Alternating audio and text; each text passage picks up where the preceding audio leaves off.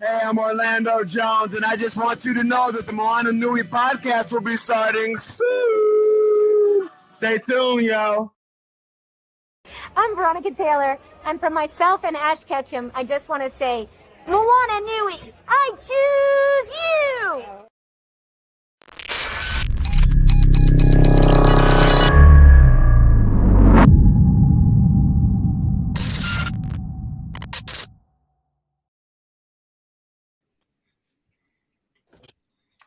All right, everybody, welcome. Once again, we are here at the Moana Nui podcast to talk about another hit movie that came out a couple weeks ago. We're talking about Spider-Man Across the Spiderverse. Again, amazing movie that hit theaters. Some of us have seen it more than once. Some of us have seen it more than twice. Some of us have seen it up to six times. So I'm pretty sure there is plenty to kind of talk about and discuss. But before we get to that, I just want to thank everybody for tuning in. It's awesome to be here because I was chomping at the bit to kind of talk about this movie for like weeks. So I'm excited to be here. Before we get into that, I just want to first introduce our illustrious guests, I should say. So first, Mr. Honorary Miles Morales himself, James. Hey. All right. We got Miss Simone Dejean. All right. We got the wonderful Big LSU. Big LSU. Yeah. All right. As I'm from the Bronx. Repping LSU. All right.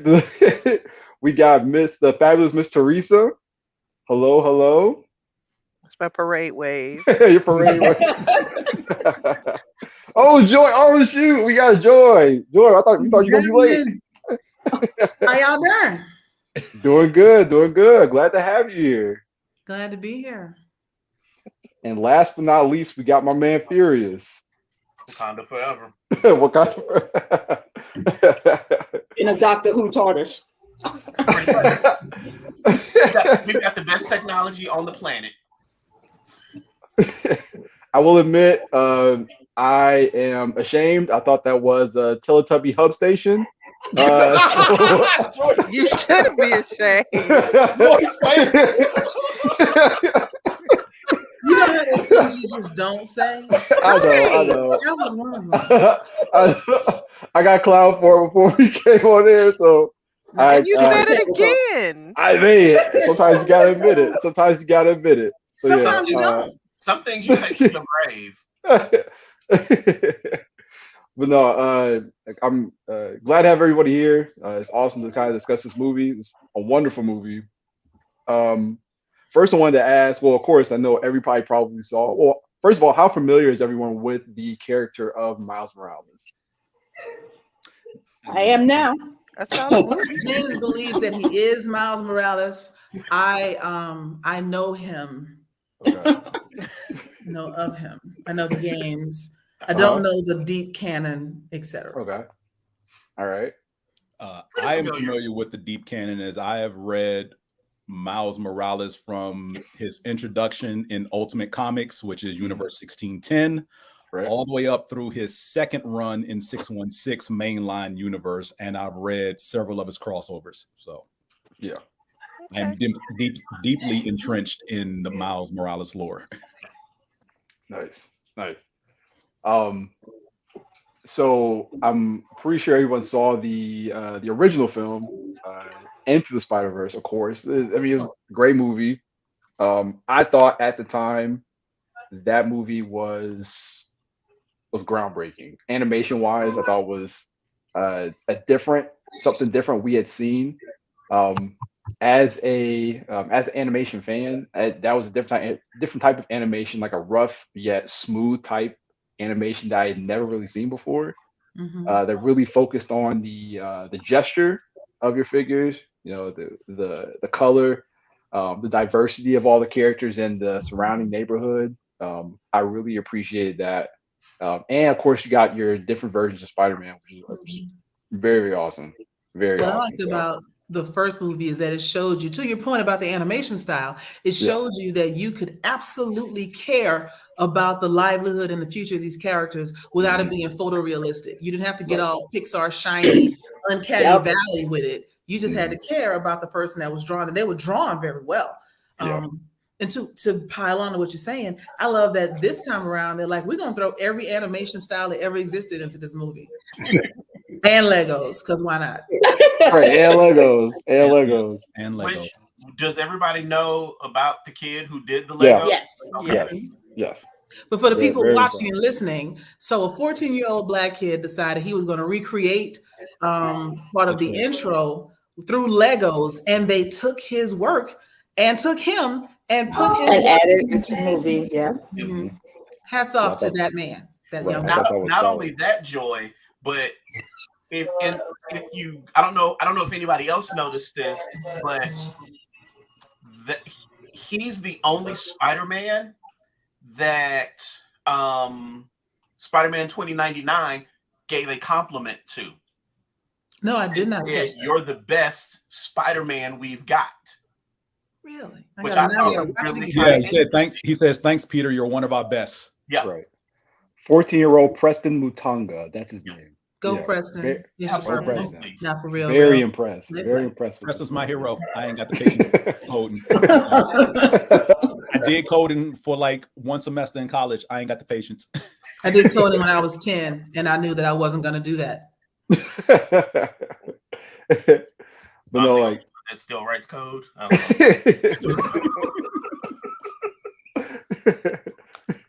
But no, like, so I think the original movie really impressed me as far as the look and the style, the story that they told, the visuals, the soundtrack, the score. Like, I love the score of the first one.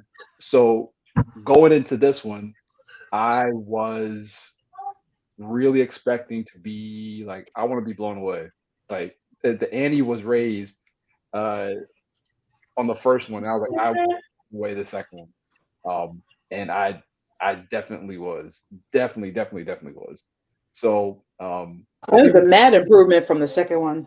Oh yeah. The first one to the second one. I mean, the first one was good, but then the second one was like, what the hell? What was y'all drinking? What did y'all do? Where did you pull this from? The second one was so good. I hope they don't do a fourth, because the second half of the third one, the second half of this one has already been recorded, created, whatever. So it continues on. But I don't know how they're going to top this whole little storyline. And I'm afraid for them to try, to be honest, because this is so damn good. Yeah. And people got all mad when they found out that they were changing the animation style from the first one because they loved it so much. But they killed it. They outdid themselves on this one. Yeah, they improved on it, because you could tell, like, and not just the primary style of Miles's universe, but the different styles they took for everyone else's universe. Right. Yeah. I love so you can tell the difference. Right. I love the fact that for instance, for Gwen's universe, they actually use the same art style from the Spider-Gwen comic to draw her universe. Mumbattan Spider-Man was a completely different, unique style, but it still popped and was eye-catching. Spider-Man 2099, of course, was mostly straight out the comics. The only difference was it was a brighter environment than in the comics, because that's more of a, it's a dark cyberpunk, gritty Batman type style in the comics. But I like that they went the lighter route to, for what they did with the character of Miguel O'Hara. So like every single world having its own distinct art style was definitely something that just, and you can see it pop. Every color, every universe. Sorry, Joe, I didn't mean to cut you off. So I was telling it to Kyle when we first got on. The colors popped. I was sitting there just in awe, just looking at the animation. I didn't give a damn about the story. I was like, oh my God, her nose is contoured. Oh my God. I was like, look at her chin. I'm all in there looking, and just the colors, the shadows. As somebody who draws, it was just, it caught my eye. Little stuff that wouldn't catch somebody else's eye was just catching my eye. All the colors was popping everywhere. Speaking of things that popped, Malachi is not here, so on his behalf, I'm going to say that Miguel is zaddy and the ass was popping, and I wanted to be a villain just so he could catch me. I've seen more Spider-Man 2099 ass posts on my timeline than I have ever thought I would see. And that's the thing, not just from Malachi, from a number of different people. And didn't think that was not on my bingo card, but I'll take it. I mean, it might not be America's ass, but it's absolutely Spider-Verse's ass. For sure.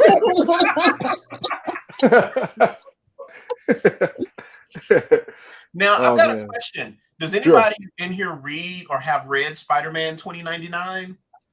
I read a few issues in the 90s when it first dropped to try to get an idea of what was going on. Then I put it down. Because I've read a few issues, but I didn't keep up.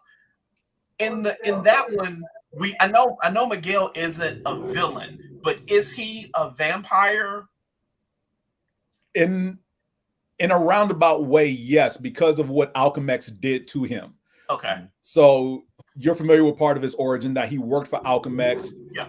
There was something he was working on. The higher ups basically trying to push him out the company, but they basically tried to ruin one of his experiments by trying to kill him in the process, and it didn't, and that's how he got his powers. Right. Okay. And also, you don't have to be a vampire to drink blood, because spiders do drink blood. So there's that. If you remember the late 80s, early 90s Spider-Man cartoon where they created, like, Morbius was created from the spider drinking blood, but he somehow was a vampire and just bat, and like it just made no sense. About as much sense as the recent movie did. But yeah. we don't talk about that here. We don't talk about that. We don't talk about Morbius. No. Like, I wasn't in the beginning. I wasn't sure how I was going to feel about them making him kind of the villain, but it works. It absolutely worked. So remember, Spider-Man 2099 was initially like that beginning era where you had the anti-heroes taking shape. Yeah. Push to the forefront. So that's what he initially was. So him being the villain, if you will, for this is not that far of a stretch. Right. And it's another example of Marvel giving you a villain that you actually care about. They are really good at making you go, well, he thinks he's doing the right thing. Right. You see the misguidedness and the rigidity in the villains, you know? He still got on my nerves, though. And they didn't kill him. Right. They didn't kill him. But we got one more movie, though. They might. God dang it. God dang it. Hey, we can't disrupt the canon. He's not going to die. Well, I mean, you know, Miles is in that other universe. He's not good. So I want to get into this real quick before I forget. Miles at the end of the film, I know we're jumping ahead, being the Prowler in the universe Earth 42. Spoiler. Yeah. Which I find hilarious. This is how you know somebody there, Sony, Marvel, whatever, literally did their homework. So there was a crossover when when Ultimate Comics was still a thing, crossover between him and 616, Peter Parker, Spider-Man. And the Miles Morales in 616 was the Prowler at one point and worked for the Kingpin. Oh, wow. So, nice. And you find that out in the Spider-Man 2 crossover where they meet again, and Miles actually asks him, like, so who is me in this universe? And Peter tells him because he looked him up when he got back. But yeah, I thought that was a nice touch that if somebody actually did their homework to pull that out there. Not only that, Hobie Brown, our Spider-Punk, was also the Prowler once upon a time in mainline 616. He's halfway Prowler in this movie. I mean, for Gwen Stacy, yeah, he is Prowler. If Ether Rich was a person, it would be Hobie. It would be him, yes. Can I just say, so when we were talking about different types of art styles, how they did Gwen Stacy's universe, how it mimicked or mirrored her comic style or the way her comic style was drawn. I have to say, so I knew of Spider-Punk prior to seeing this movie. Like I read some issues, especially with the Venomverse the comic series they did a couple years or a year back or so with Noel and all the different Spider-Man that you got, the Spiderverse comic series. So I knew of Hobie Brown, I knew of Spider-Punk. Him in this movie was a revelation. So off the bat, visually how the colors and his patterns on his body and his face were constantly shifting and changing, not conforming to that traditional animation style because he doesn't conform. It's deep. It was like I was like, what? What? So and Daniel Kaluuya, awesome as Hobie Brown. Love it. It's funny. This is the first time that Daniel Kaluuya has been even remotely attractive to me because his eyes are yellow, and so I can't rock with that. Get that checked out, bro. Love you. But, like I'm sitting here, like Hobie. I mean, look at my name. I've changed it from Marshawn's side piece to Hobie's Hope. I was feeling him, and I love the anarchist bent that he had. I love it. He was like, he just said some shit. I was like, by the way, I quit. Peace. Yep. And I did think that Daniel's voice was perfect for that. And he didn't even use a voice. They were just like, Daniel, read these lines out loud. And that's all he did, because I've heard him speak, and it's absolutely Hobie. And I hope that he had fun doing it, because I very much enjoyed hearing him like that. It was like the awards. What was the award he got several years ago when he was like, "Can you believe this? 30 years ago, my mom and my dad did it, and I'm here. And I'm here." And it was like, yeah, we want that for this character, and that's exactly what he did the entire movie. And I love that he stuck to the Cockney, and I appreciated that the film was like, we know you don't know what this means, so we're going to tell you when he says haven't got a Scooby-Doo, that means haven't got a clue, because that's how Cockney works. And I was like, I appreciate that. Yeah, I love how in the original film and in this film, like even when it comes to Cockney English or Cockney British accents or slang or Spanish, even like they don't put subtitles in. Like if you know Spanish, that's yours to get. If not, right. Yeah. Right. Or speak a little Spanglish. Right. That's another thing that I think Marvel, even though this was a Sony picture, right? This was and so Sony needs to stick to animation. But also in the larger scheme of things with Marvel as a whole, they do a really good job of authentic representation. I have not in the last 15, 20 years felt that anybody that they represented from a minority group was caricaturized or made to seem stereotypical. And I'm even though the real actor has turned out to have some issues, I'm still loving the way they did that, so I'm here for it. I'm here for I saw an article talking about the Dubai Spider-Man. Was it Dubai or was it Bangladesh? Where was he? Mumbai. Yeah. The older, like the actual drawn version of that Spider-Man that looked very, we don't know nothing about India Spider-Man. Right. And then this one was night and day. And I've even seen people from that region that are like, this is how it should have been, and we appreciate it. So again, they knocked this out of the park. This is 10 out of 10 for me. Yeah. Now if they can do this with their live action Spider-Man movies. No, we don't talk about Toby. No. Look, Sony's live action studios just need to shut down. They just should. Everything they want to do Spider-Man should be in the animation realm, because they're 2 for 2. Right. Yeah. They're like going to find Halle Berry. 3. As far as live action movies go, they're probably like maybe 2 or 3 out of 9. Yeah. And that's an F. And that's not good, because the ones they missed the ones they missed weren't average. They were just bad, flat out. And Tobey Maguire's Spider-Man does not hold up today. No, it doesn't. Can we talk about, did they do the one with Wolverine and Deadpool with no mouth? Was that them? Yeah, no, that was Fox. That was Fox. Oh, Fox is even worse. I curse you, Fox. But no, this movie, like, I like that one. We had a time skip, so Miles has been Spider-Man for basically almost a year and a half at this point. And he's doing the reason I love Miles so much for what they did on the screen and what they've done in comics, so different from Peter Parker, is that Miles is able to juggle being Spider-Man and handle his day-to-day life. Now, yes, there are problems, whatever, that come up where one may interfere in the other, but never to the point to where one side of his life is causing the other one great detriment. Right. Because with Peter Parker, it's like, okay, I gotta hurry up and get home because there's this family thing going on. But let me stop and catch this mugger real quick who's robbing this little old lady. And he does that, and he's so freaking late that he misses the whole event. You know, type thing. That doesn't happen with Miles. Like the we got people balance in the background. is there and it's even. Somebody's whole family reunion is going on in the background. Kyle. No, it's not me. Oh, y'all can hear them? My kids? Y'all need to shut up.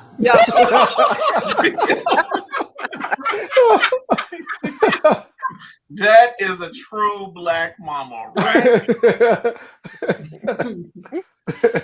Jay, this is why I've been saying for the longest, Peter Parker is a horrible Spider-Man. Yes. He is, but I mean, he is also poorly written after about 30 years. He's always been a horrible Spider-Man.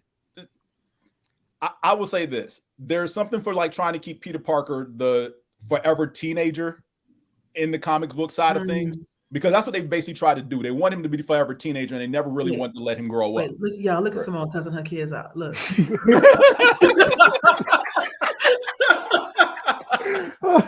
So it makes sense. I'm trying to be that polite. You pulling me out there, girl. Come on now. Because it was funny. It's funny. But no, if they want Spider-Man to be a perpetual teenager, then create new characters to, you know, take the mantle up. Let some of the characters grow up and move on, because almost every other super, you know, established hero in Marvel Comics is a full-grown adult.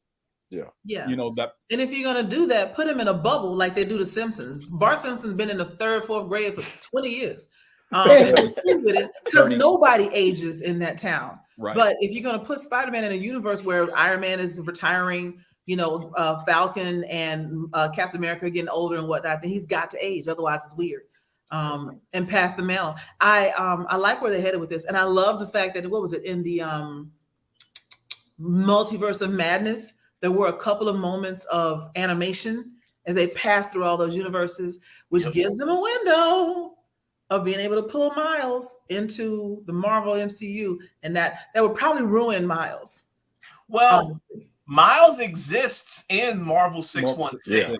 Yes. We don't know if he has any powers since we've never seen him, but we know he exists. Right. But Peter is 616 Spider-Man, right? Correct. Right now. Yeah. And can we get into that real quick about the whole "you're not supposed to be here" aspect of it? Not knowing the background of Miles, I was like, word, this feels vaguely racist. Like I was, because you know I make everything racist. I was like, what do you mean you're not supposed to be here? You're not qualified, you know. But I think it's two ends of they're bookends. Like you got this thing going on with Mumbai Spider-Man where he doesn't have a tragedy for canon, but he's still Spider-Man. And then on the other end, the one that caused it also was never supposed to be Spider-Man and has, to this point, no tragedy like that. And yet it's still Spider-Man. And so I love the fact that they're proving we don't have to do this. You know, everybody ain't got to die in order for him to be Spider-Man. But I can't wait to see what they do with the second half of this movie. And I was sitting next to Miles, sitting next to James in the theater when I saw it for the first time. And I was hot, 36 hot when it ended. I was like, what? Where's the rest of this movie? You want me to get up and go home? You didn't know that there was the comics, the books. You're supposed to know that. But I didn't know. Joy, to your point, we don't all do the books. Right. Sorry. No, go ahead. Go ahead, Theresa. No, I was just saying we don't. I mean, that's me. That's my part on the panel. I don't know the books. You know, I don't know canon. So I was just as hot as Joy. Well, because I have read those books, let me drop a little bit of canon here. No, because you don't know how to not spoil stuff. You be quiet. No, this is going to be a spoiler. This isn't going to be a spoiler. But in the comics, because to your point, Joy, about he doesn't always have to have tragedy, in his original universe, 1610 and Ultimate, his mom dies shortly after finding out who he is. And then his dad pretty much basically disowns him, like, You got your Boy, mom. I swear to God, if that happens in the next movie, I'm a whoop. I was getting ready to say that, Joy. I was getting ready to say that. Let me finish.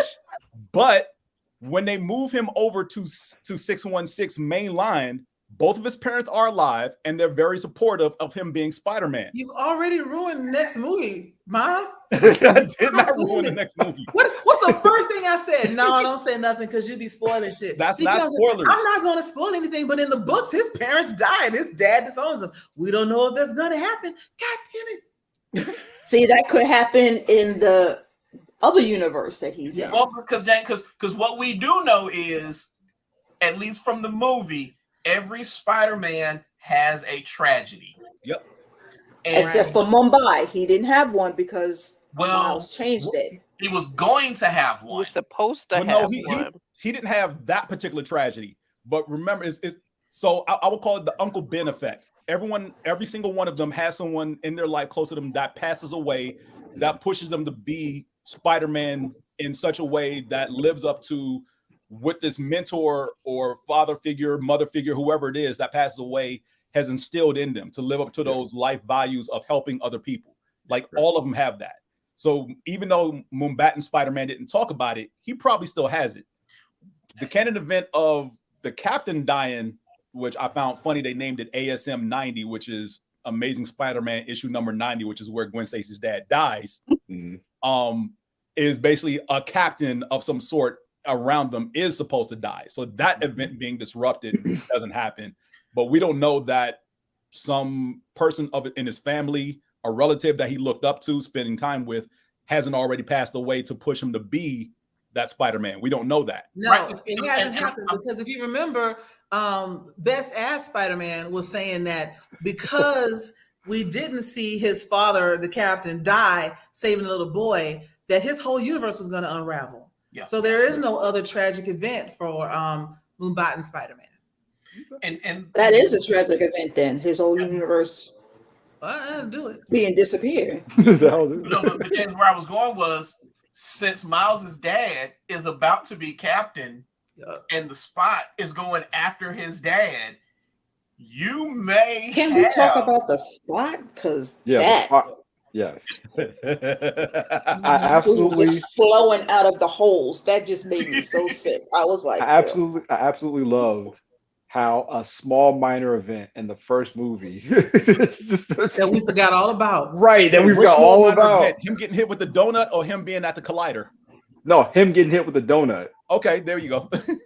Yeah, him getting hit with the donut. That small event set everything off for him to become the person, and the person who is could eventually be Miles' undoing. Yeah, butterfly effect. Which is butterfly effect. Yeah, one blade of grass. It's crazy. But his own fault, as he mentioned, he's the one that pulled the spider from Earth 42. Yes, that they then lost track of. Yes. So had he not pulled that spider through, Miles would have never hit him with the bagel. And I love the progression of the Spot's character throughout the movie, because you saw essentially him start out more or less as a joke, and then towards the end, he's all real pain in the ass. Serious. Yeah, I think it's important what you're saying, that he started off as a joke, because if Miles had taken him more seriously as a 2-bit criminal, would he have been on this quest to get stronger and stronger? Because he wanted him to be taken seriously as a criminal. Right. And so if Miles had said, "Oh my God, it's the Spot," and arrested him for real instead of leaving him Ted or somewhere, like, "Whatever, dude, I'll be back." Respect his authority. If he had, maybe the whole universe doesn't explode.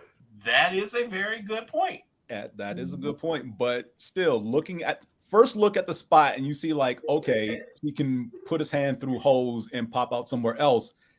Initial reaction of someone like Miles, you're not going to take him seriously. He's not going to take him as seriously as he would, say, a Kraven or a Rhino or Doc Ock. He upon first look, he just looks like a guy with a failed gimmick that he's trying to make work. So yes, he definitely comes off as overly dismissive. Like, I've got somewhere else to be right now, dude. You are you're harshing my vibe. I got to get out of here. Like, so yeah, of course he's not going to take him seriously. Now, I do like the fact that they do play upon him going from being a joke to being a serious threat, mirroring his an existential threat. Right. Yeah. You know, because I mean, because initially that's how he was created, as a joke. Some of these characters that we've come to know and, you know, identify very easily, some of them started out as just plain old jokes, and then someone else got a hold of them, was like, well, let's re-examine this power set. Because what happens to the Spot is, like, to make him a joke to start out with is kind of weird considering what his powers are. Right. You know, one thing I would throw in there though is clearly Miguel knew more was going to happen, which is why they sent Gwen Stacy to that universe to find him. Yeah. Because remember, that's why Gwen is there. That's why she's there. But did they send her, or did she beg to go? They sent her. I feel like she begged to go. I'm going to disagree with that. Because remember, why send her when she's obviously got a conflict of interest on that planet? And they got 1,000. I don't think they would have sent her if they really knew the relationship of how strong her relationship was with Miles. I don't think they would have sent her. They knew. That's why Soft-hearted motorcycle chick let her go. You know, she that's my girl. Yeah, she is. Her hair and her body. I mean, when she was like, how close were you? And she's like, well, we were, that's too close. Yeah. So yeah, they knew. Well, so even if so even with that in mind, somebody knew something more was going to happen with Spot, because they were sending someone to that universe to find him. Yeah, but they could have sent anybody else and they wouldn't have risked coming in contact with Miles. Absolutely. I'm more so speaking to the we're calling him a joke. Clearly they knew he was going to be more than just a 2-bit joke. Yeah. Because again, they set somebody there to find him. True.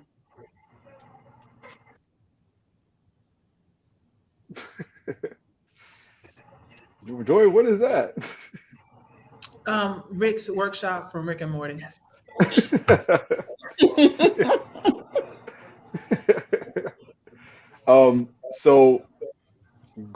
So essentially when Miles gets so they ask Gwen to come back, as far as in the movie, when things start to go awry, Miles follows her into that big spider, what would you call it, like a spider terminal or spider terminal?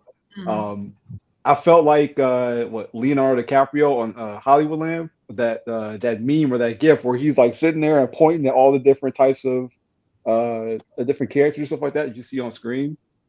You may have seen like either a comic series or a cartoon from the past or anything like that. I would like that part right there. It's like it's the ultimate fan service. Being able to pull that off was just incredible for me. You really need to like squeeze that screen to look at everything that's in there. Like there's multiple times where I'm like, I don't even know what I just saw, but I know I saw everybody. You know? Yep. There was one Spider-Man I was looking for that I didn't see, but I'm certain if I were to go back and pause it at just the right point, you probably catch a piece of a headshot or uniform or something. Which one? Captain Universe. You know what? Ooh, yeah. That would have been good to see him in there.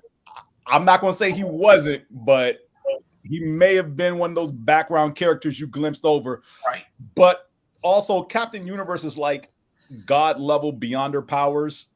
This is what the power cosmic, isn't it? Yeah. I don't know if he fits into the scope of this film. Well, I'm just saying, like, because he would break the canon. Like, just go get him. He is a broken canon, basically. So, I don't know, like, because I feel like a character like that, when you have someone like the Spot, who at this point could you consider the Spot a multiversal threat? Yes. Yes. Yeah. Because remember when that's why I said existential threat. Yeah. When he gave himself more spots because Gwen was supposed to be watching him but hanging out with Miles, Lila, Miguel's AI, was like, guys, he's bouncing through universes on his own. Right. So yeah, you're bouncing through universes on your own. You are definitely a threat. Right. So with that being said, I feel like because he's a multiversal threat, you would need someone. I mean, granted, Miles is going to be you would hope he'd be the main spoil to that, but I mean, you feel like you've got to throw that cosmic Spider-Man in there as to be like. Maybe it just depends. Depends on the we can outsmart him with science, you know. And that's one thing that I can say I really enjoyed about these modern superhero movies is as outrageous as they get, there's always a certain amount of grounded in real science that they do. And the nerd in me just loves that it's not just always some outrageous thing that happens. It's we've got energy signatures, we scan it, we analyze it, we figure out how to counter it, and we do that. Right. So I would love then the first, even though the first Thor was a trash movie, I love in the movie where you realize that Heimdall's whole job is to turn this Einstein-Rosen bridge on. Like we know what that is, and it makes sense. Yep. You know? So in my mind, in my world, it would be completely acceptable for them to beat the Spot with pure science and not the Captain Universe Spider-Man. I mean, you had that when the Spot left Mumbattan and the hole pops open. You get Jessica Drew coming in with all the other Spider-Men. Pretty much it would seem to be the most scientifically advanced Spider-Man, mind-wise, as they put the containment field down to try to stop that void from expanding. So they're probably going to end up using that containment field around him some kind of way, because you got to neutralize his ability to jump. You know, it doesn't matter what cage you put him in. If he has a spot on him, he's out. Right. So yeah, you got to stop that. And no amount of brute force, cosmic or not, is going to stop that. You got to keep him from being able to jump universes, and that's a science thing. Now with all the multiversals, because again, with all the multiversal Spider-Man that you saw, do you think in the next movie they take a peek into a live action, whether that be a live action version of Spider-Man, whether either that or do they take a peek into the Sony PlayStation Spider-Man? That Miles was already in there. Well, actually, they did both. They did both. I was about to say they did both because we had Glover as the Prowler. Yep. And we also had Spider-Man. Andrew Garfield's Spider-Man was in there too. Yeah. And a still shot from Tobey Maguire's movie when Uncle Ben dies. Okay, yeah, I do remember that. Yeah. Not to mention the woman who runs the convenience store in Sony's Venom movies. Yeah. Was pretty much looking at the spot like, it's Tuesday. What the hell do you want? Why are you here? Like, wait, what? You're not freaked out by this? Alien comes in here every other week eating people. Why am I supposed to be surprised by you? You and your little spots. You're not even the worst thing I've seen today. Right. Like she popped up. I'm like, okay, I like how you're already connecting everything. Yeah, I was gonna say, like, I love that they brought that. Well, even though it was a minor scene, like every time they include Donald Glover into these instances where they mention a Miles or where Spider-Man's present, I love that, because I mean the whole inspiration behind the character essentially came from an instance where he dressed up as Spider-Man. So I had an idea like, oh wait, what, there was an instance of a Spider-Man like this. So it's like I just love that they include him, and almost every time they do or it's almost like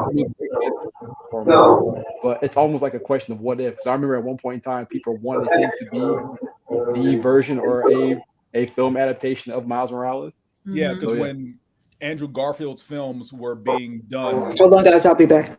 They wanted Donald. That was the fan cry for Donald Glover to be Spider-Man. Yep. And then they end up choosing. The studio chose Andrew Garfield. So yeah. Racism.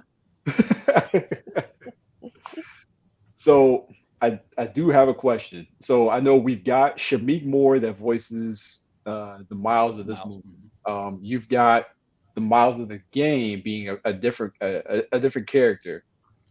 If they were to do, like, say for example, if they were to do a live action version of the Miles Morales, would you pick one of those characters? Pick one of those guys? No, too old. Neither of them. Too old. Shameik is probably too old for it. Definitely, because the first movie I saw Shameik in was dope. and that was Shamik. Oh my God, I Yeah. forgot about that. Yep, and I saw him in the Get Down.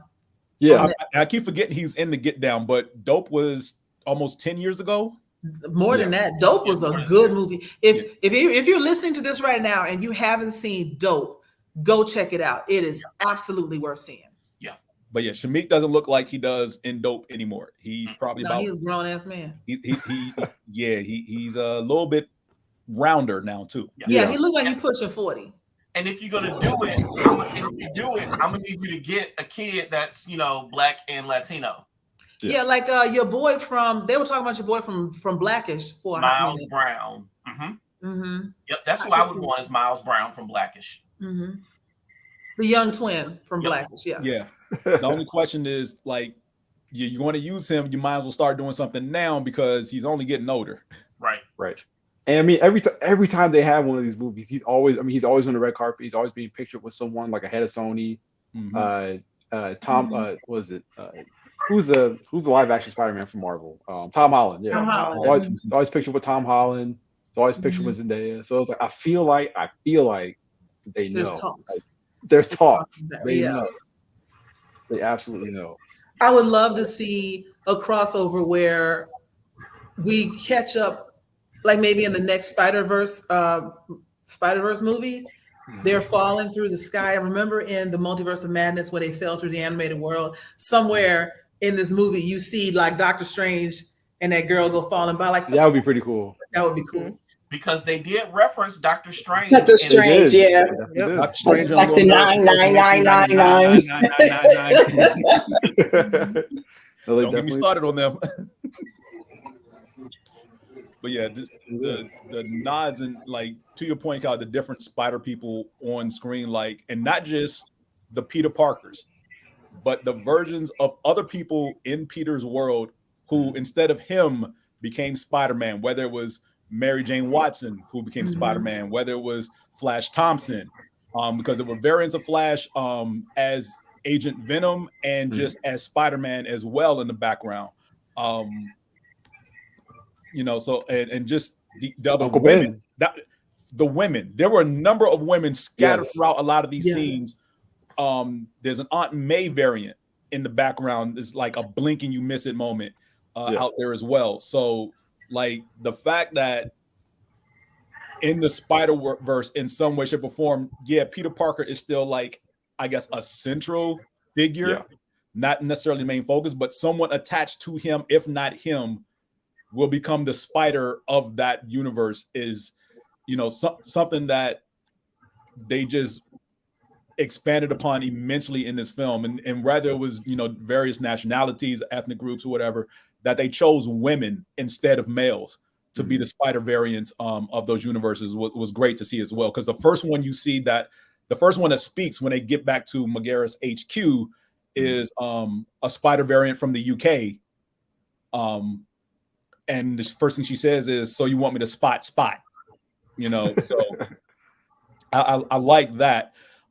Spider Bite was also a welcome addition to this movie. Definitely loved her character. That she's not technically there; she's just in her room on a VR machine, chilling. I love like even the Spider car or Spider Mobile. I remember having. It's like Peter parked car. Yeah, Peter parked car. Yeah, I remember having that toy when I was a kid. So I was like, just seeing, I was like, So I thought all of that was like, it was again being able to put all that on, being able to animate that, all that. I mean, those various characters, various designs. I thought, but it's our generation that appreciates that because they don't know. Right. I get child my own generation. What is it? The X, Y, Z, whatever. The millennials. I only know baby boomers. I don't know anything else after that. So there's Generation X, Generation Z. Generation X.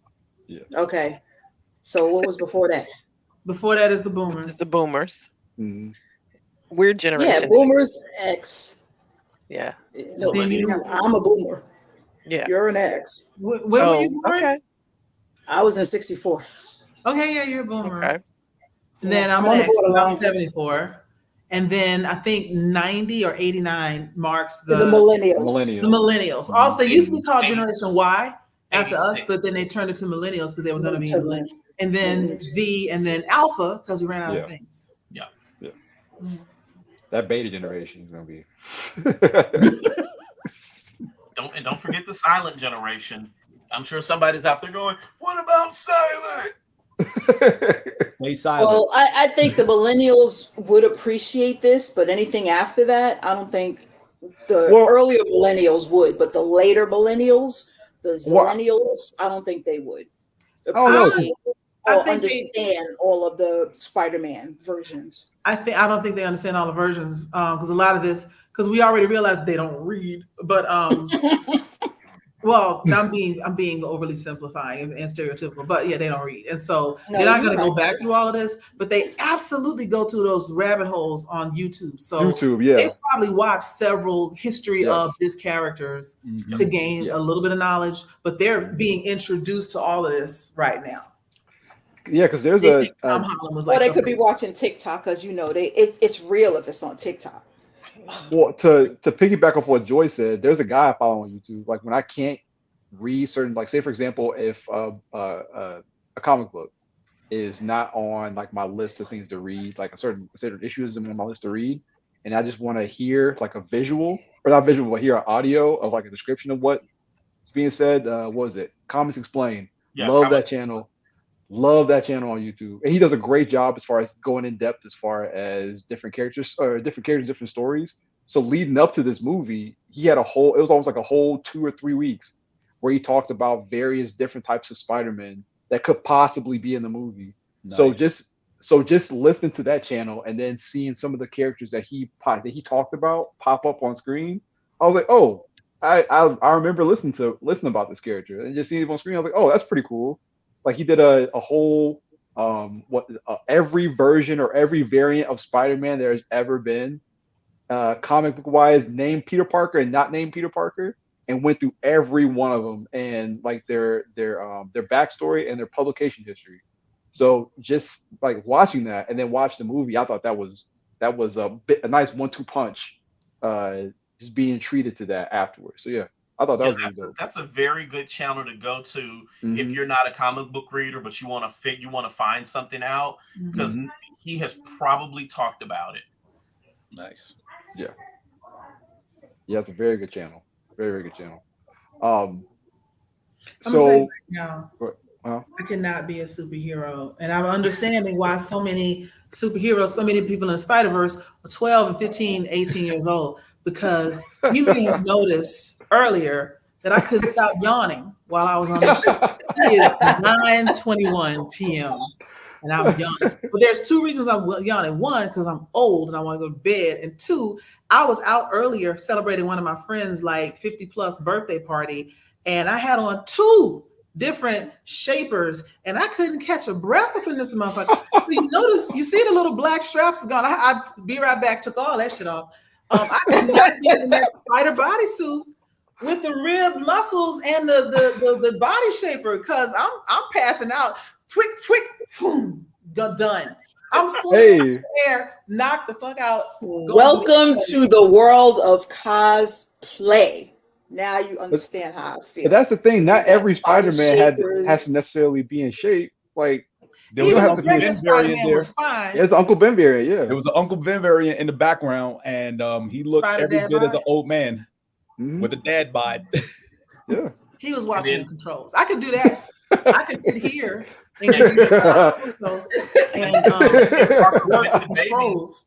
And the Peter Parker with the baby wasn't exactly in the best of shape either. Yeah, but he had been in shape before. Fair. That's fair. That's fair. Yeah. That's fair. It had been a long time though. To be fair, it had been a long time since he was in. I'm just saying. I want all men to wear a girdle, so you understand. No. I already respect your struggle, Joy. I don't want to do that. I already respect your struggle. I had to fight my way in and out of them clothes. There's no reason to do that to yourself.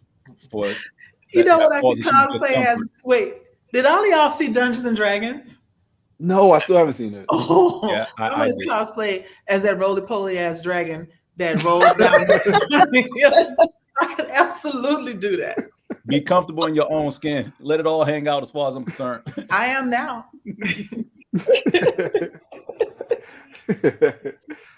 So, I'll say a big part of this movie, or one of the things I found, that I thought was pretty dope.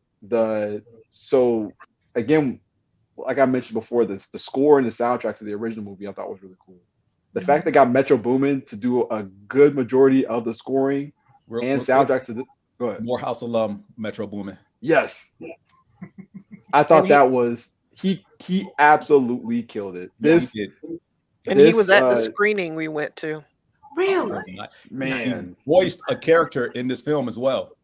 Which one? Yeah, the Spider-Man in the black and white outfit that's hanging upside down is like, you're trapped, there's nowhere to go, and then Miles looks out the window and he's like, oh, I'm sorry, there was some place to go.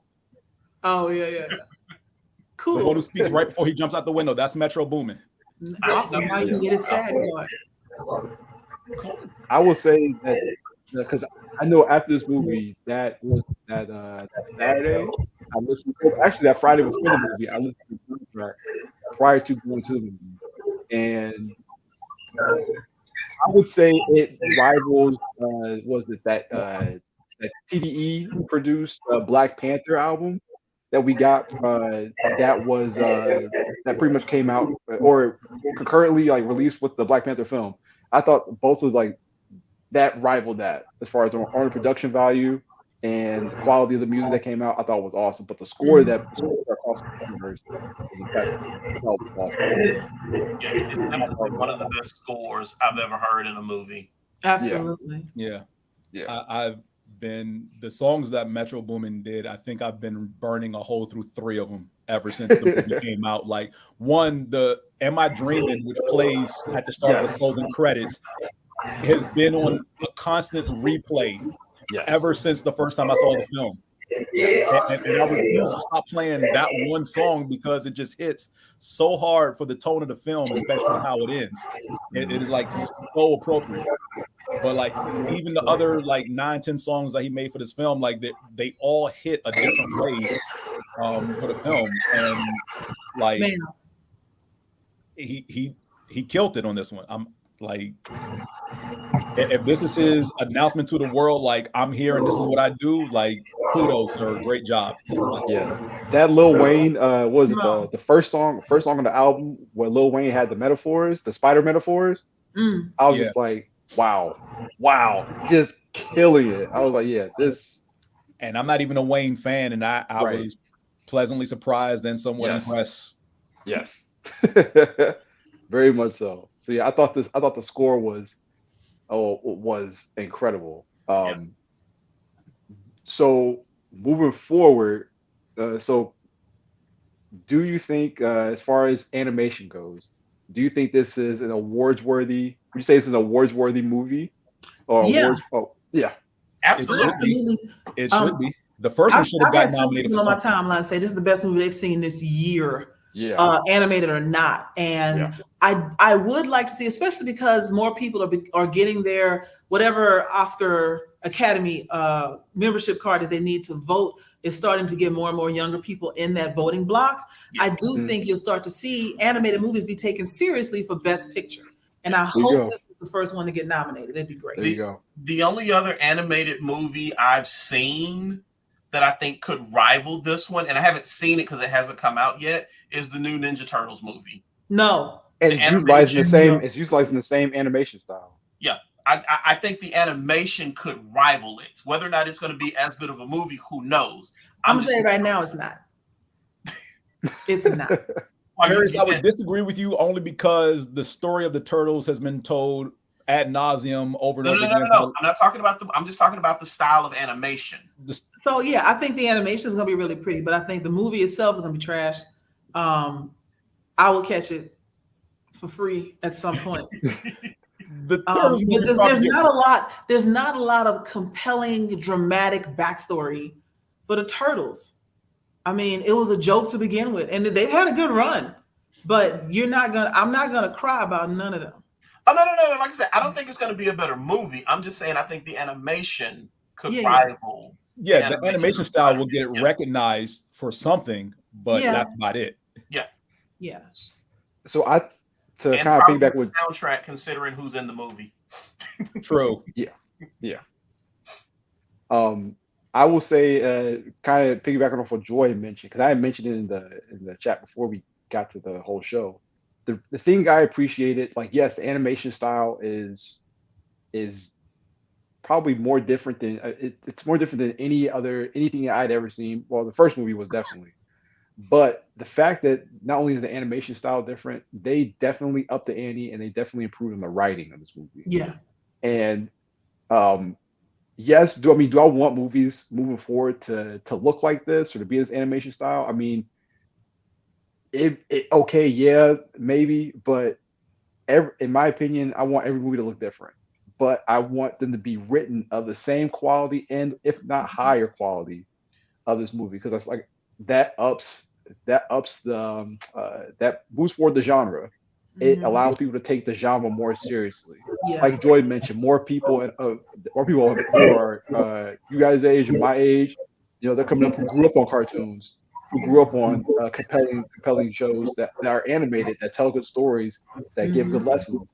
So when you're able to see that in a film format and being taken seriously, like I think that like I said, it moves the genre, moves the industry forward. I applaud this movie for taking Someone that. else to say something? Mm-hmm. You muted yourself and you started talking. Right.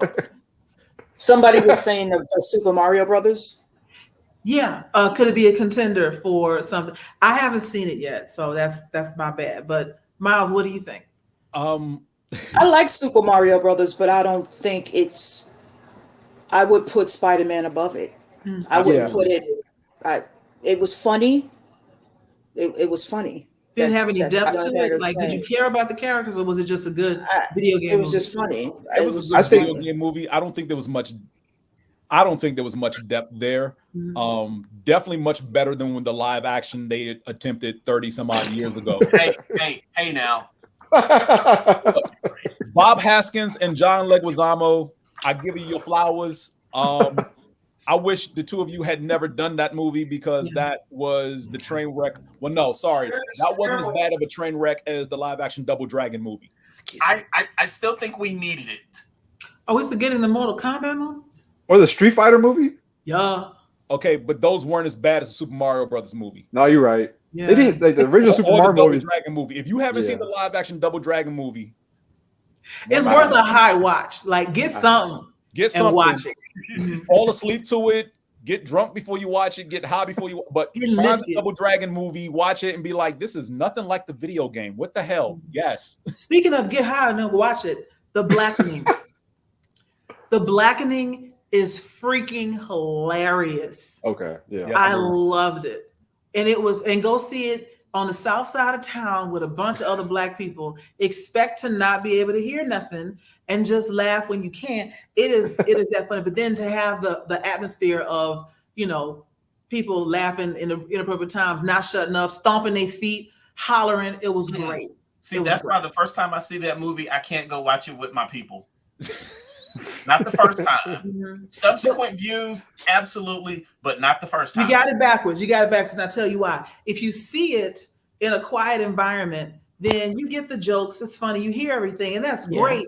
But then if you try to see it again with your people, you're nonplussed because you already know that joke, and you're watching them react to it. But it doesn't have the same feeling. You'll still hear and get all the jokes, but get them for the first time in that environment with everybody else, then go back to see what you missed. Because I guarantee you won't miss much. I think it's better that way. Okay, I can get with you on that. Yeah. You definitely need your people when you see it the first time. That first experience. You do. Okay. So going back to one side as far as the Super Mario movie, though, I mean, as far as a visual contender, I don't even think it's a visual contender because it wasn't that big of a risk. No, it looked like video game graphics. Yeah, it was the game come to life, or the game on the big screen, basically. Yeah. Because my thing is, it was a pretty film. It looked pretty, but so do most. Like if you're doing 4K graphics, high upscale graphics on a PC. I mean, those look pretty too. They really didn't take any animation or any visual risks when it comes to animation. No, it was just funny, and the kids, just peaches. It was just funny. It was just funny. That's all it was. It was right, just and that's funny. just purely Jack Black. Yes, the jam you never know you need it in your life. Right. Yeah. That's what I like secretly want Jack Black and Lizzo to date. I know she's all in love with somebody else, but I love their couple on the Mandalorian, and I kind of want them to be together. Hey, if Khalees and Bill Murray can do it, anything can happen. I ain't mad at neither one of them. Bill Murray, good luck, son. And Khalees, hey girl, I know he laughed out of her drawers. I'm sure of it. Because Bill Murray is funny and he's cool, he's mellow, he's rich. What's not to love? I mean, yeah, you might want to iron him, but he's good people. So I'm here for this. I'm here for them. He's problematic, but what do you do? What? I just said, what did you do? That's something for another time. That's something for another time. Yeah. Sorry. Yeah. Spiderverse. Google Bill Murray. Oh Lord, what the? So I want to ask this of everybody because I have it up there. Okay. When Miles is basically leading all the spider people on the chase, and he gets back and he tries to go home, at what point did you realize he's in the wrong universe? As soon as it started reading him. All right. So anybody else? I didn't. It really. Hold up, Theresa. Hold up. Okay, sorry. Go ahead. Simone. I didn't until they him and Gwen both had the alarms going off. Okay. That's when I was like, how come she's not saying anything? Theresa, I didn't until I was supposed to. So the first. Go ahead, Kyle.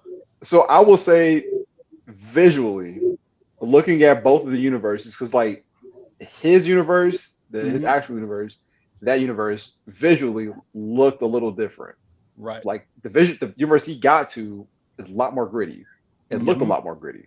Yeah. And I took that because of the darkness. Yeah. That's what made me. That's the only thing that didn't let me see that, okay, it's two different universes. I was like, it's dark, it's outside, he's inside, there's not that much light. So again, I was doing with they doing the shading, and my mind went to the art part. So even with the first movie, we had that nighttime scene towards the end of the movie, the city was well illuminated. It was highly illuminated, very colorful. It highlighted different neighborhoods and boroughs, and all like pretty much you had a ton of lights, a ton of a more vivid city. And this one, as soon as he got to this one, it was all that was gone. And I was like, something's going on. Yeah. Okay. Wasn't it raining? The reason I asked is because there are tells when he gets to his home that you can see. But Furious mentioned the first one is that when he's getting scanned to go home, the machine reads Earth 42. Right after he gets scanned. So already he's going to the wrong universe off the rip. And I get it because it flashes quickly, you may miss it. Well, see, I didn't even catch it when they flashed it. It's just I remember how the machine worked. And since they said you got bit by a spider from a different dimension, to me, I was just like, oh, he's not going home. He's going to that universe. Where the spider came from. Yeah. I didn't catch it until he glitched. And I was like, why is he glitch? Oh. Right. So the screen says Earth 42. He gets there. Kyle, like you said, the environment is gritty, a little bit more gritty than his world. And then when he gets to his home, or what he thinks is his home, the jacket and hoodie he puts on, the jacket is black. Oh no, sorry, the jacket is green, the hoodie is purple. Ooh, like the Goblin? No, for the Prowler. Like Prowler. Purple and green colors. I didn't notice that. Yeah, the jacket. Remember the jacket he wears at the rooftop in the beginning of the film for the party for his dad. It's a black jacket with a red hoodie, which are his colors for Spider-Man. You didn't notice that because you haven't seen the movie 47 times like Jenkins. I was getting ready to say that, Theresa. I was getting ready to say that because James was in the movie. I picked that up. So, I picked up on the second time, and also something I picked up on the second time when his mom Rio walks in. Her eyes are green. I've seen it one time. I didn't see that. Mm-hmm. So it's like okay. So now I'll be looking at these parts when I go see it again. So that's why I like the subtle things they've done before he even glitches to let you know he's in the wrong universe. Here's some tells to let you know. Like those subtle things is like, all right, he put on his jacket and his hoodie, no big deal. But they're different colors. You know what this reminds me of? One of those spot the differences in these two pictures. Yeah. Mm-hmm. And that's basically what that was. That entire sequence where he's talking to his mom before he even realizes, you know, the ultimate reveal that his dad in that universe is dead. Mm-hmm. It's like those two things. Like his mom's eyes is different. The colors of his jacket and hoodie are different. And I appreciate that form, that little nod to storytelling to say, hey, something's not right here. And they were telling you something's not right here. We hope you get it, type thing. So, and then she I asked, definitely "You love took that. your braids down, Miles?" Right. Yeah. We'll see if I remember any of that when I go see it again tomorrow because I just bought a ticket, another ticket. And then when she didn't know who Spider-Man was at all, it's one thing to be like, "No, you're not." She was like, "Who?" Because there is no Spider-Man in that universe. Mm-hmm. It was beyond just "I don't believe you." It's I don't even know what the hell you're talking about. Which makes me wonder: is Peter Parker even alive in that universe? He's not. Probably not. He might be dead. But I mean, even with that as well, and a joke that she said that back to the first film that Peter B. Parker said, they both mentioned Comic-Con. There's no Comic-Con in Miles' home universe. Right. But there is one on Earth 42, and apparently where Peter B. Parker comes from. Very good. That's deep. That is. All I know is Hobie is great. Yeah. I love that they show. I love the good majority of the screen time he got was with his mask off.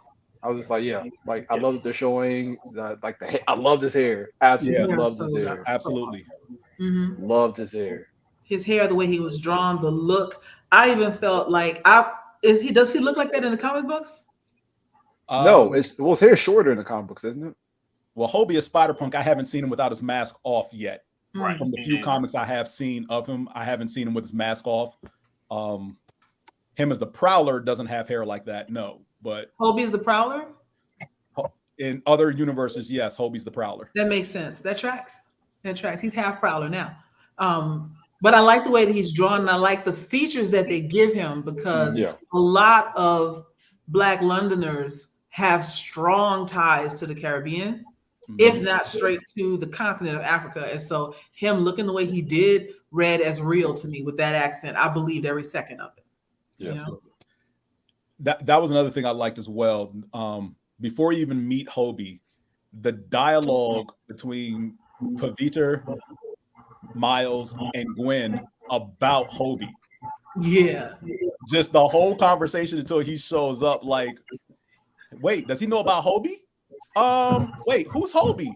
You'll meet him one day. Wait, he doesn't know about Hobie? I saw a meme that said Gwen smashed the Hobie.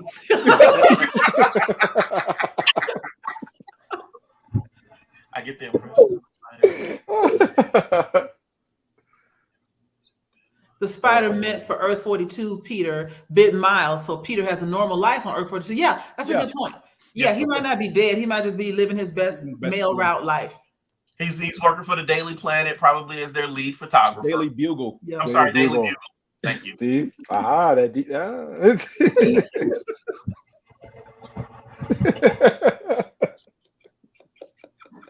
You're going to pay for that later, Colin, some way. You're definitely going to pay for that later.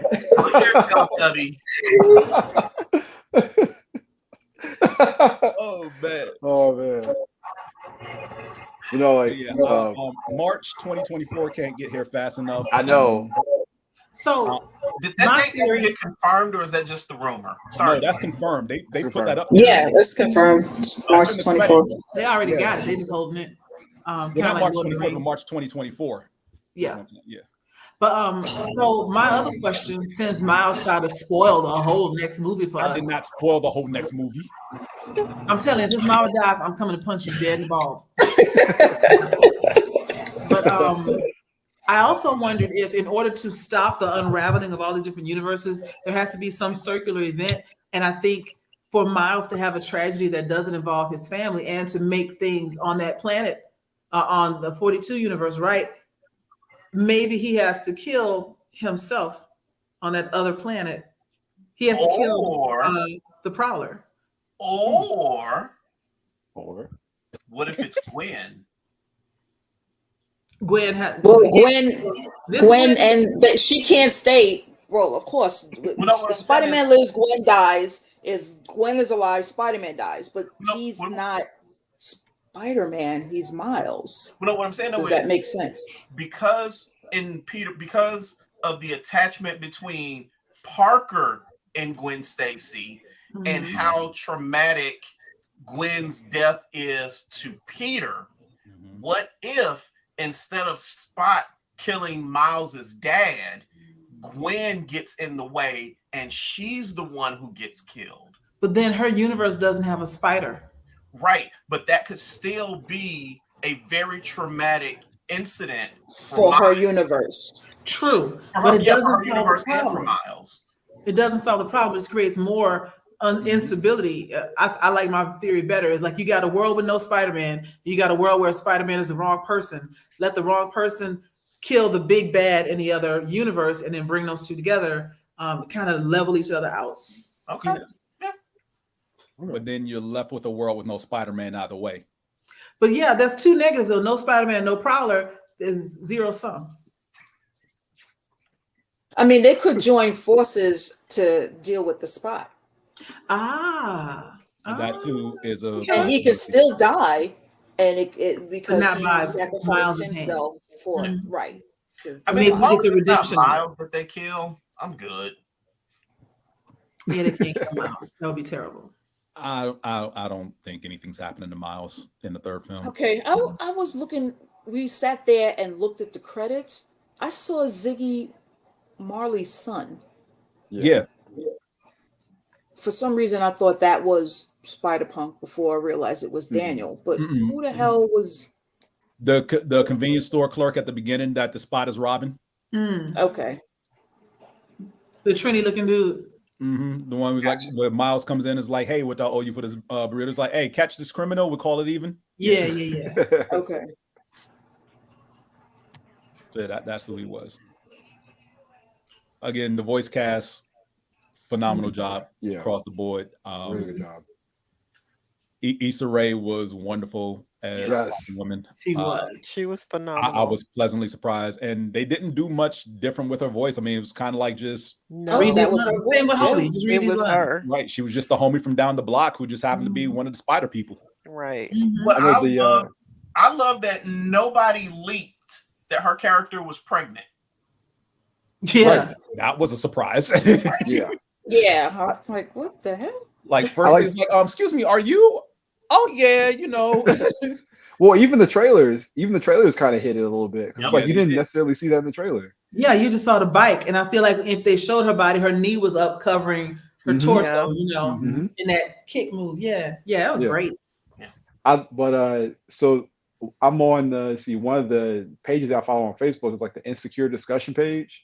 Like a huge fan of the show, and everybody had been like hyping up her role in this movie. I was like, can't wait. Was not disappointed at all. Like I loved her in this movie.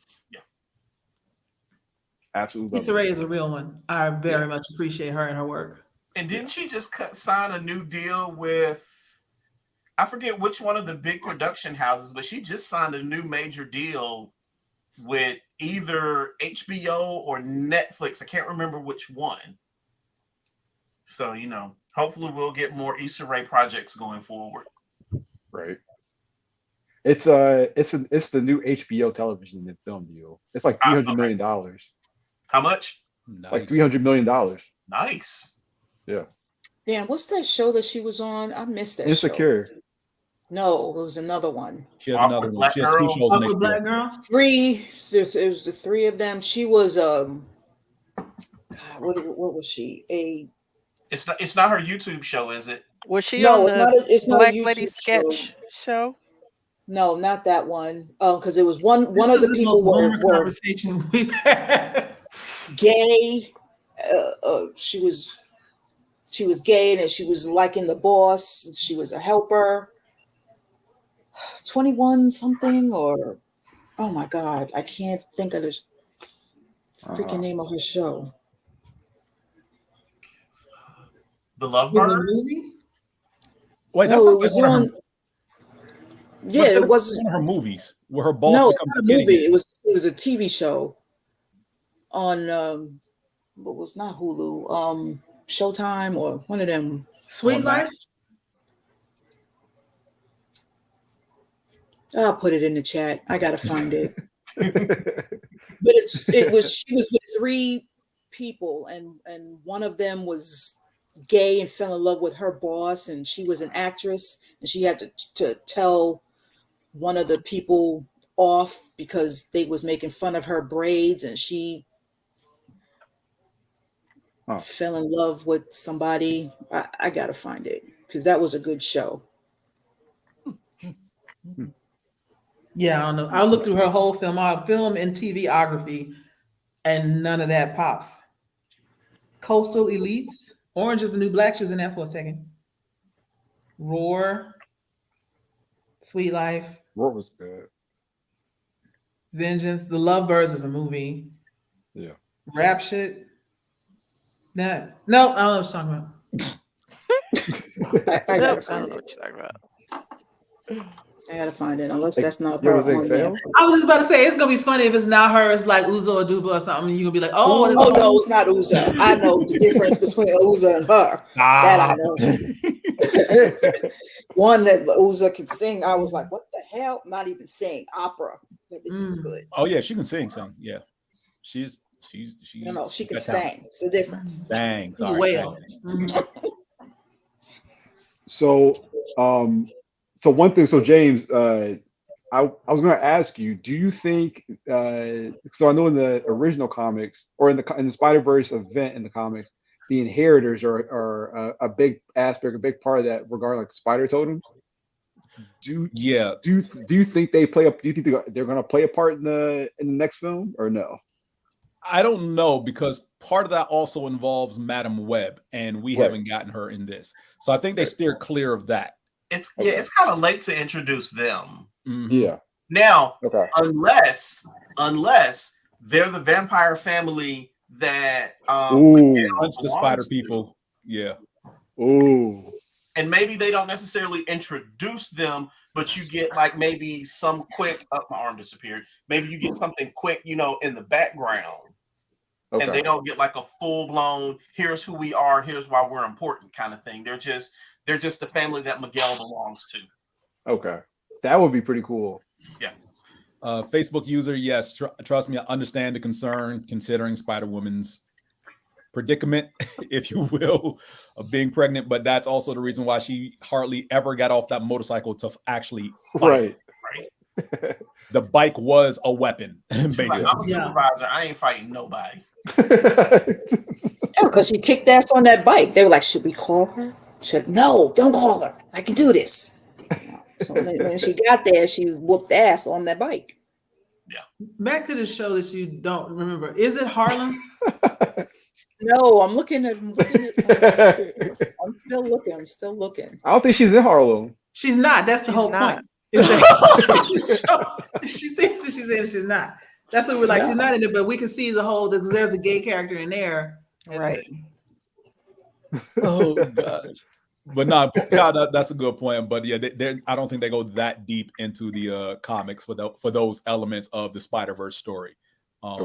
Because that part of the Spider-Verse story is like deep lore, if you will. Okay. That was a good event, though. So wait, yeah, it was.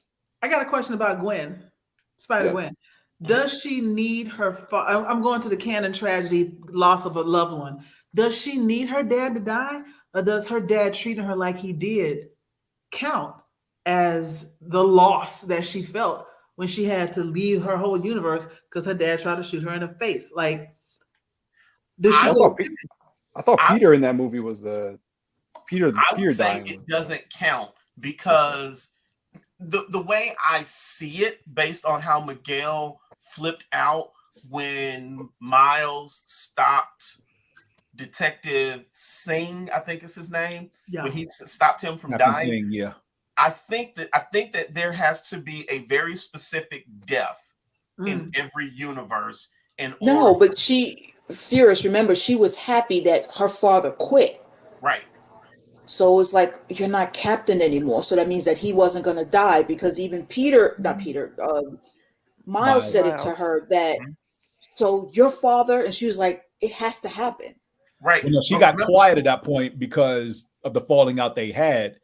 And she hadn't seen them since she joined Spider Society. So she's probably, again, Gwen's whole thing in this film from when she catches up with Miles is kind of like she's stuck in a moral dilemma. Like, I have this responsibility to this elite team of people I've, sworn to help out.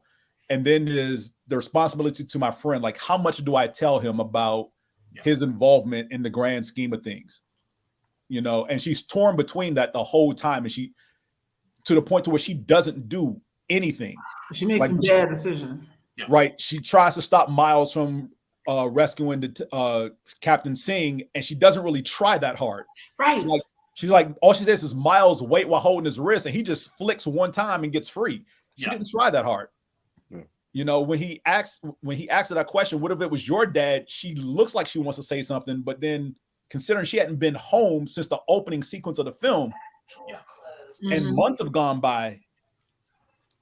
Now, you know what would be really dark is her father quits. I thought about this in the theater. Her father quits, right? And then he's not captain anymore. But then because he has lost the job he loves and he can't find anything else to do, he spirals into depression and he takes his own life. And it's still her fault. That's another possibility for the next movie. I'm just saying, I told you it was dark. That's way too dark. I mean, but again, but his death is a canon event. And because he's no longer a captain, the death of a captain is a canon event. It doesn't necessarily have to be her dad who's captain, just a captain. It has to be somebody who's captain. It's a captain. Is that regarding just Gwen Stacy or just Spider-Man in general? Spider people, period. Again, it was ASM. James, I don't. Uncle Ben is not a captain though. No, but again, but Uncle Ben started every Spider-Man. In every universe, a police captain dies saving a child. Okay. So in every universe, and then they did the spiral showing every single time a captain, whether it was Stacy or some other captain, depending on the universe, but they had them all like hunched over, and they even pulled the one from Andrew Garfield's movie. So for Miles and Gwen, because it hadn't happened yet, because their dads are or about to become captain, it's something that's coming down the line for them. Okay. It just hadn't happened yet. But like Peter said, like when Miles cut him off, was like, what if it was Uncle Ben and you knew, would you stop him? Like Peter said, if it wasn't for Uncle Ben, 75% of them basically wouldn't be there. Right. Or the Uncle Ben type figure in their life. Maybe it's not Uncle Ben, maybe it's Aunt May, maybe it's Gwen Stacy, maybe it's somebody else, but someone close to Spider-Man dies that is serves a mentor role. Like, those are the two canon things that pretty much shape his early stages of being Spider-Man, is Uncle Ben and Captain Stacy. So all I want in the next movie is a cameo by Japanese Spider-Man and Leopard. I'm not familiar with Leopard. Leopardon is the name of his giant mech spider robot that was the precursor to all the Power Rangers giant robots. Yeah. Oh, okay. All the Power Ranger robots spawned from Spider-Man having a giant robot. In Japan. Oh, and it was called Leopardon, yes. Because Marvel wanted to get its characters abroad, and the Japanese studio that bought the rights made Spider-Man totally different than what we read in comics, and he has a giant robot. And if you ever catch like any panels or clips, it is some of the funniest shit I've seen. It's good, but it is funny. It is early days Mass Rider, Power Rangers, whatever, before they become what we know them as today. But yeah, it's campy as hell, but it's still entertaining. Spider nerd. I will be that. I keep calling him Miles because we played PlayStation together, and his name is Miles on PlayStation. He is deep into this Spider-Verse. Look at the shirt. It's the only Spider-Man I recognize. Well, but see, no, I'm not going. But see, Joy, that his whole immersion into Miles is fairly recent. As recent as Ultimate Comics. Because there was an incarnation of him before when he was Al Simmons. Yeah, and so his name is Miles Simmons. Yeah. Nerd. Yes, that's why we're all here. True. Oh, is that you? That's you. Okay. Sorry. Theresa. Guy who are friends on PlayStation where she's like, oh, is that him? No, it's TikTok. Oh, Miles Simmons. Yes. Yes. Yeah, from Miles Morales and Al Simmons. Yes. Because the photo is Samuel L. Jackson from what's that movie? The Tarantino Pulp movie? Fiction. Pulp Fiction. Yeah. So Yes. I didn't know who Miles Simmons was until now. Hi. That's how you know about my shopping addictions. I do. I saw one go up a couple of days ago too. Maybe. Maybe. Oh man. But yeah.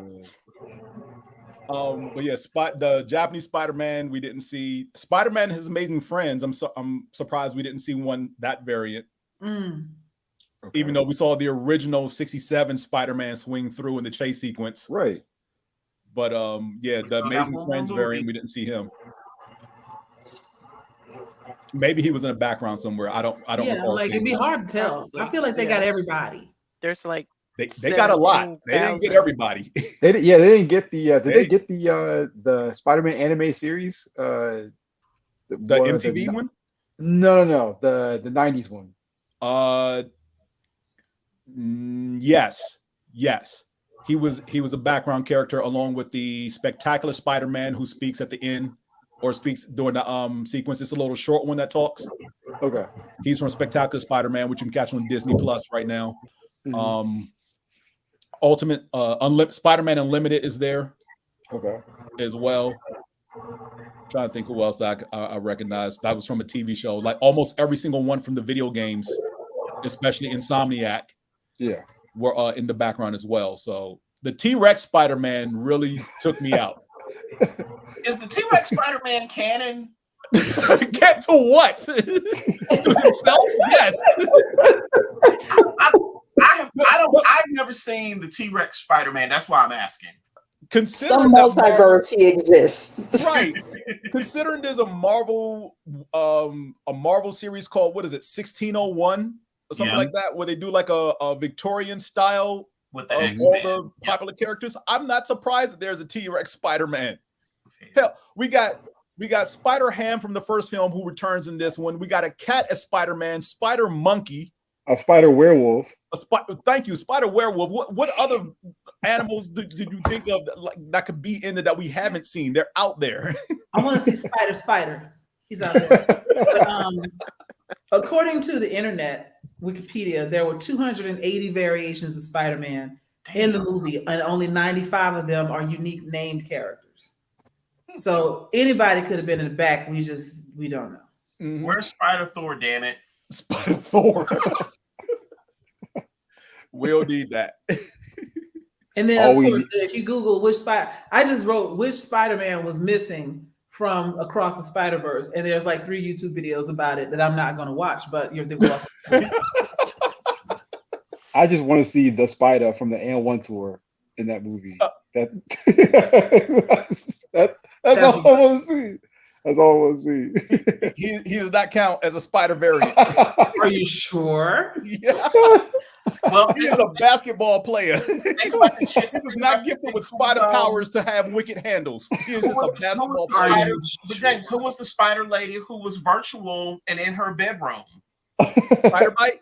Yeah. I mean, she's canon. I mean, well, she's in the comic books actually, but Does I don't she know. have powers? Yes. Okay.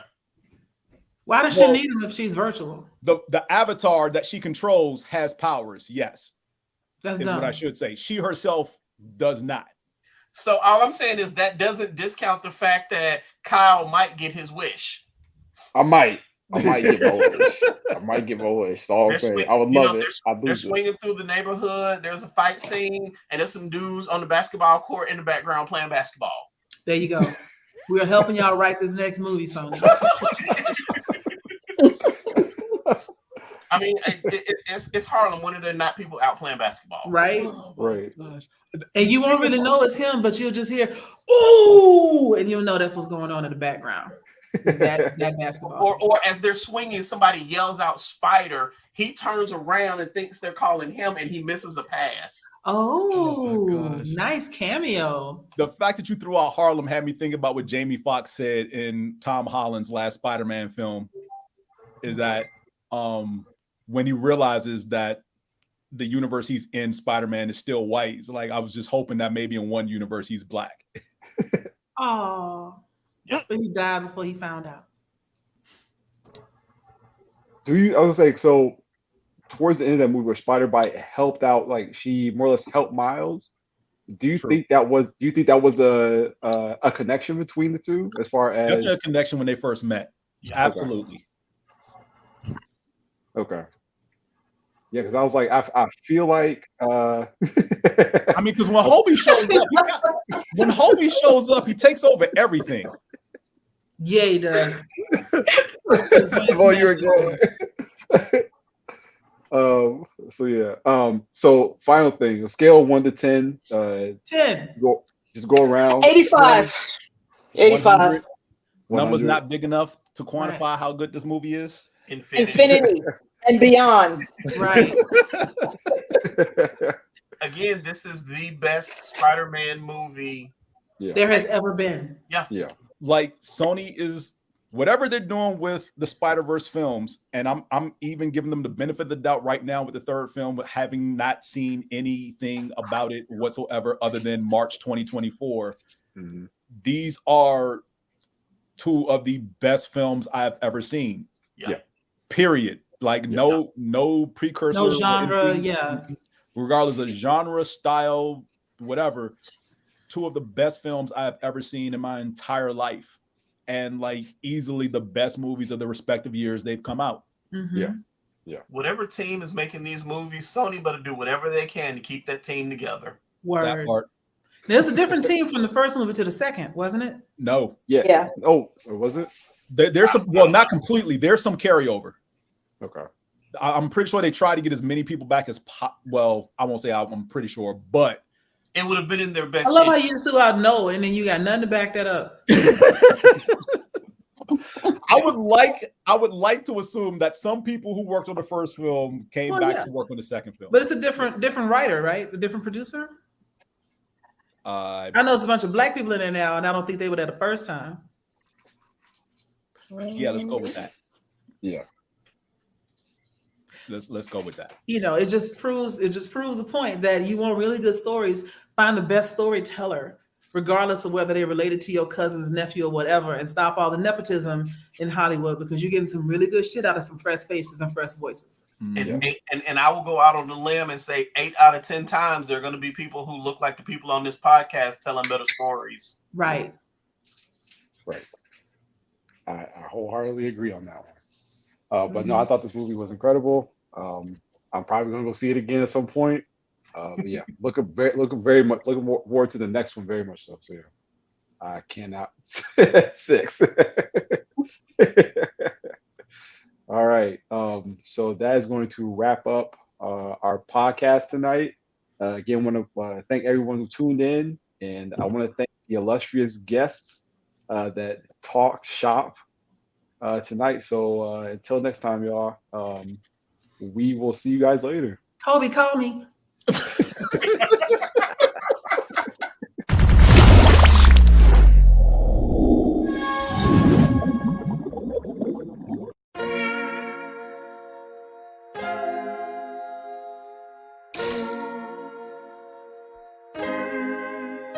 So many stories left to tell, even if we have to ourselves. Can keep history on the shelf. If we won't tell it, we will. If this the land of the free, it was a freedom then, when they annexed Hawaii and called it Cedar Lands, without any type of payment and no signing off. Called themselves the Republic in 1894. 1.2 million acres overtaken from the native Hawaiians. When they resisted, the West retaliated in violence and erasure. The Hawaiian language is banned as part of colonialism's plan to expand, yeah. Stuck between a rock and a hard place. Multiple bombings of Kaho'olawe as a part of their ongoing war with Asia. Used it as a place for target practice. No consent or compensation. Colonizers call for annexation. No work out for all the locals. School will never let you know. So many stories left to tell, even if we have to ourselves. Can keep history on the shelf. If we won't tell it, we will. Too many stories left to tell, even if we have to ourselves. Can keep history on the shelf. If we won't tell it, we will. We will. So if we put Hawaii into perspective, well, Black and Asian history is interconnected. Considering the fight with the Pacific, then of course, versus Asia, they was treated as a middleman for war, but didn't let the Western colorism run its course, cause dark skin was a sign of dignity to core. The land was taken in the name of capitalism, when prior to it was an actual kingdom. Clap back at the system. Stuck between a rock and a hard place. Multiple bombings of Kaho'olawe as a part of their ongoing war with Asia. Used it as a place for target practice. No consent or compensation. Colonizers call for annexation. No work out for all the locals. School will never let you know. So many stories left to tell, even if we have to ourselves. Can keep history on the shelf. If we won't tell it, we will. Too many stories left to tell, even if we have to ourselves. Can keep history on the shelf. If we won't tell it, we will. So many stories left to tell, even if we have to ourselves. Can keep history on the shelf. If we won't tell it, we will. Too many stories left to tell, even if we have to ourselves. Can keep history on the shelf. If we won't tell it, we will. We will.